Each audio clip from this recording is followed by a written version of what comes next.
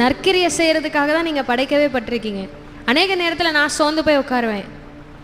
ஏன்னா வருகிறவர்கள்லாம் எனக்குன்னு ஒரு ஃப்ரெண்ட்ஸ் சர்க்கிள் ப்ராப்பராக கிடையாதுன்னா ஆண்டவர் அப்படியே வேறு பிரிச்சுட்டார். கொஞ்ச நாள் வருவாங்க, என்னோட பேசுவாங்க, அவர்கள் ஏதாவது கஷ்டத்தில் வந்தால் என்கிட்ட சொல்லுவாங்க, அதுலேருந்து ரெடி ஆவாங்க, அப்படியே கனெக்ஷன் கட் ஆகிடும், போயிடுவாங்க. அந்த மாதிரி அநேகம் நடந்திருக்கு எனக்கு.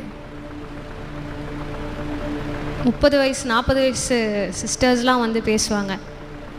கொஞ்ச நாள் இப்படியே பேசுவாங்க, அவங்கள பற்றி சொல்லுவாங்க, எனக்கு முடியல, இந்த மாதிரி ஜெபம் பண்ணுங்க, ஆண்டவர் அவர்களுக்கான வார்த்தையை கொடுப்பார், அவர்கள் தேற்றப்படுவாங்க, ரெடி ஆகிடுவாங்க, போயிடுவாங்க. ஸோ இப்படியே என்ன நமக்குன்னு ஒரு ஸ்டாண்டர்டாக ஒரு ஃப்ரெண்டே இல்லை.